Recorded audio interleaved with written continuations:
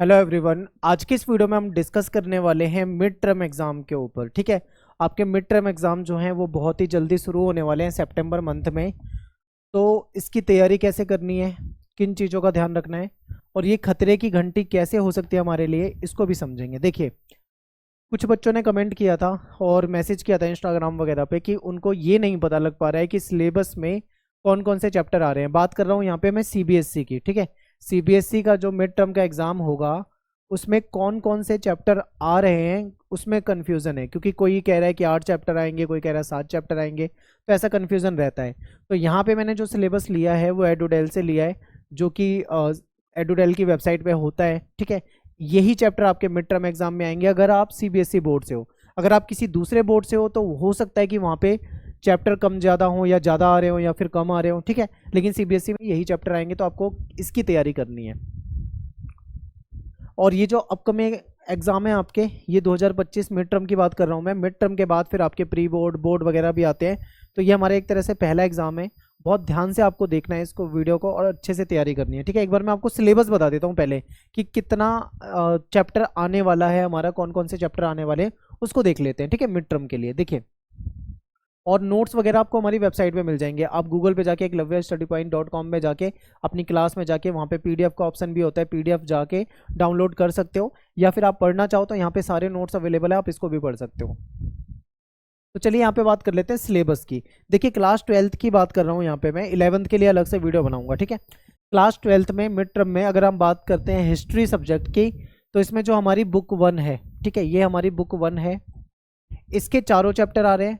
और बुक 2 की बात करें तो बुक 2 में आपके ये चैप्टर आ रहे हैं। ठीक है, यानी इसके भी चारों चैप्टर आ रहे हैं, यानी कि बुक 1 बुक 2 जो है आपकी मिड टर्म में आ जाएगी, लेकिन जो बुक 3 है उसमें से नहीं आएंगे। तो एक बार आप ये चैप्टर के नाम ध्यान से देख रहे हैं, आप इसको अपनी बुक में भी नोट कर सकते हैं। वैसे आपको पता है, आप मार्क मार्क कर लेना उसको, कौन कौन से चैप्टर आ रहे हैं, इनकी तैयारी करानी है। ठीक है, और इसके चैप्टर की वीडियो ऑलरेडी अपलोडेड है, अगर आपने नहीं देखी है तो आप उसको न्यू वीडियो को देख सकते हो। आप पिछले साल की ओल्ड वीडियो भी देख सकते हो।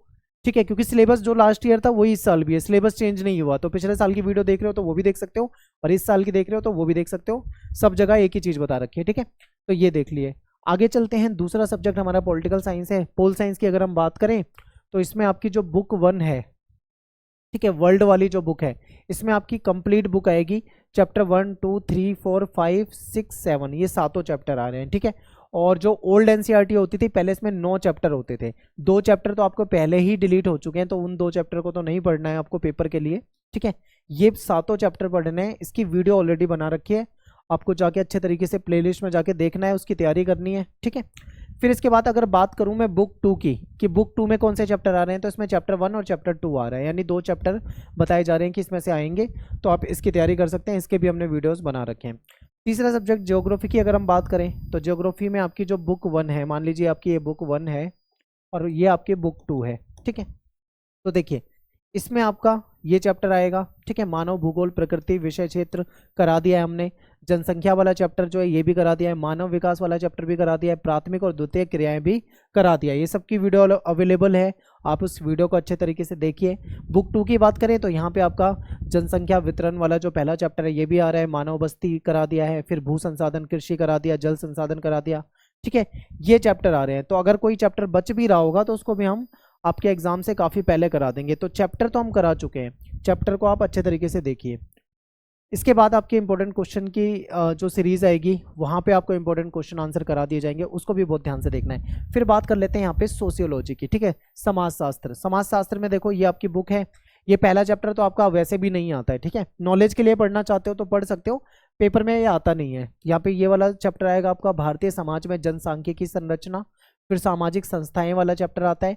फिर ये बाजार वाला चैप्टर है, ये बहुत पहले से डिलीट है। ठीक है, आज से नहीं, कई सालों से डिलीट कर दिया है सिलेबस से, तो ये नहीं आता है। अगर नॉलेज के लिए पढ़ना चाहो तो पढ़ सकते हो, पेपर में नहीं आएगा। ठीक है, फिर अगला चैप्टर है सामाजिक विषमता और बहिष्कार के स्वरूप। फिर सांस्कृतिक विविधता की चुनौतियां, ये आएंगे, लेकिन ये लास्ट वाला चैप्टर जो है ये भी नहीं आता है। ठीक है, इसके बाद बात कर लेते हैं दूसरी बुक से। यहाँ पे आपका पहला और दूसरा चैप्टर इतना आपका आ रहा है मिड टर्म एग्जाम में। तो मिड टर्म एग्जाम के लिए आपको ये चैप्टर पढ़ने हैं अच्छे तरीके से।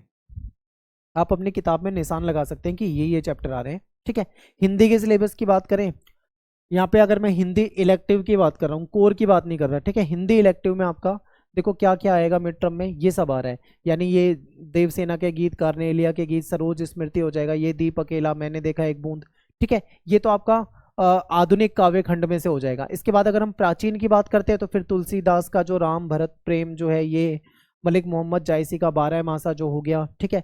रामचंद्र शुक्ल का अगर हम देखें चैप्टर जो प्रेमगन की छाया स्मृति, ये आ जाएगा। फिर सुमिरने के मन के संवदिया, गांधी नेहरू और ये यासेर अराफात, ये आ जाएगा। अंतराल बुक की बात करते हैं तो यहाँ से सूरदास की झोपड़ी, ठीक है, और बिस्कोहर की माटी, ये चैप्टर आ रहे हैं। और फिर आपका अभिव्यक्ति माध्यम वगैरह ये देख सकते हो, ठीक है। तो ये चीज़ें आपकी आने वाली हैं।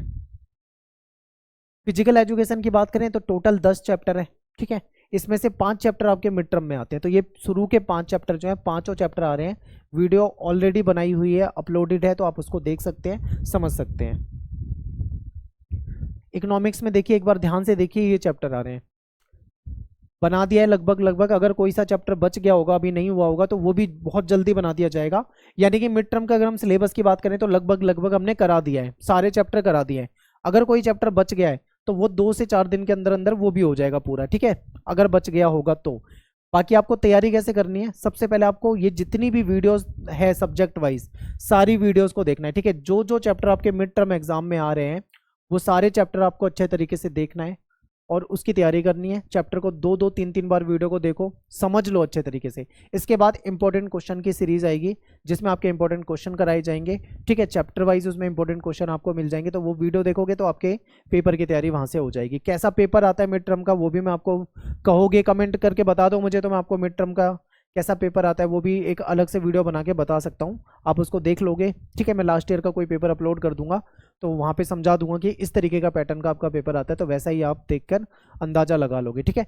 और अब मुझे कमेंट में एक बात सभी बच्चे बताएं कि कितने बच्चों ने सिलेबस अपना पूरा कर लिया, मतलब पढ़ाई कर रहे हैं वो पहले से ही सिलेबस उनका पूरा हो चुका है। आप मुझे सब्जेक्ट वाइज भी बता सकते हो कि कौन से सब्जेक्ट में आपने कितने चैप्टर कर लिए हैं, या कौन सा सब्जेक्ट आपका अभी बाकी है, ठीक है, किसमें आपका कितने चैप्टर बच रहे हैं वो भी बता सकते हो, या सारे हो गए हैं तो आप वो भी कमेंट में बता सकते हो, ठीक है। तो कमेंट में जरूर लिखना। और फिर आगे हम अब बात करेंगे इंपॉर्टेंट क्वेश्चन की। तो अब आगे से जो भी वीडियो आएगी आपकी वो इंपॉर्टेंट क्वेश्चन वगैरह की आने वाली है, तो उसको अच्छे तरीके से देखना है आपको, ठीक है। लेकिन उससे पहले आपको चैप्टर को देख लेना है, सारे चैप्टर अच्छे से समझ लेना। बहुत सारे बच्चे गलती ये करते हैं कि वो क्या करते हैं, वो केवल इंपॉर्टेंट क्वेश्चन के पीछे पड़े रहते हैं, उनको बस इंपॉर्टेंट क्वेश्चन बने बनाए मिल जाए, उसको याद करके चले जाए। ऐसे नहीं होता है, ठीक है। आपको चैप्टर को भी पढ़ना होगा, समझना होगा, और इंपॉर्टेंट क्वेश्चन भी देखने होंगे। कई बार क्या होता है कि चैप्टर के बीच में से कहीं से भी कुछ भी पूछ लिया जाता है, अगर आप उसको याद करके नहीं गए हो तो फिर कैसे कर पाओगे, तो इसलिए आपको चैप्टर देखना जरूरी है, ठीक है। मेरा नाम सत्येंद्र प्रताप है, आप मुझे इंस्टा पे फॉलो कर सकते हो, एकलव्य स्टडी पॉइंट ये मेरा यूजर नेम है। आपका कुछ डाउट हो तो आप मैसेज कर देना, टाइम निकलेगा मैं आपको रिप्लाई जरूर करूंगा, ठीक है। वीडियो को लाइक कर दे, कमेंट कर दे, शेयर कर दे, और मिलते हैं आपसे नेक्स्ट वीडियो में। कमेंट में जरूर बताएं जो भी आपने पढ़ाई करी है, जिसमें जो दिक्कत है आप कमेंट में बताइए।